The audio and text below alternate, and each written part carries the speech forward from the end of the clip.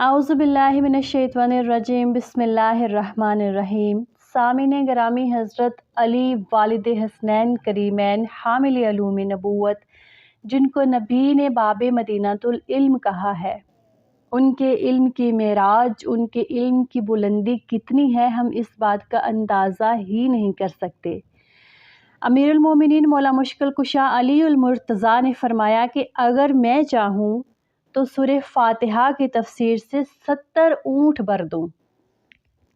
ایک مرتبہ ایک عیسائی آپ کے پاس آیا اور آپ کو لاجواب کرنے کے لیے اس نے آپ سے 2 سوال کیے۔ کہنے لگا، بتاؤ وہ کون سی چیز ہے جو ہم دیکھتے ہیں لیکن اللہ نہیں دیکھتا، اور یہ کہ تم کہتے ہو قرآن میں ہر چیز کا علم ہے، وہ کیا ہے جو قرآن میں نہیں ہے؟ مولائے کائنات مسکرائے اور فرمایا کہ اللہ خواب نہیں دیکھتا، ہم خواب دیکھتے ہیں، اللہ خواب نہیں دیکھتا کیونکہ اللہ کو نیند نہیں آتی۔ اور دوسرا سوال، قرآن میں سب کچھ لکھا ہے، جھوٹ نہیں لکھا۔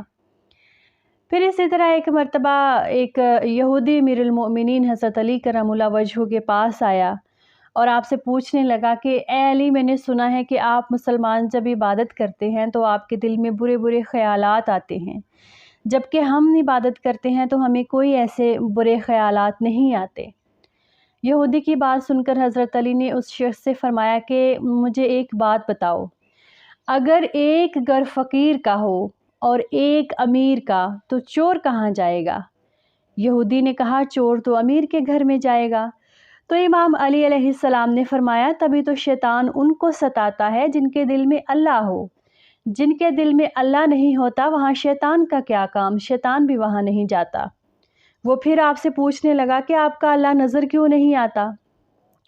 مولا مشکل کشا نے کہا کہ تم سورج کو غور سے دیکھو۔ یہودی نے کہا، میں سورج کو نہیں دیکھ سکتا، اس کی روشنی سے میری آنکھیں چندیا جاتی ہیں۔ تو مولائے کائنات امام علی علیہ السلام نے فرمایا، جب تم سورج کو نہیں دیکھ سکتے تو تم سورج بنانے والے کو کیسے دیکھ سکو گے؟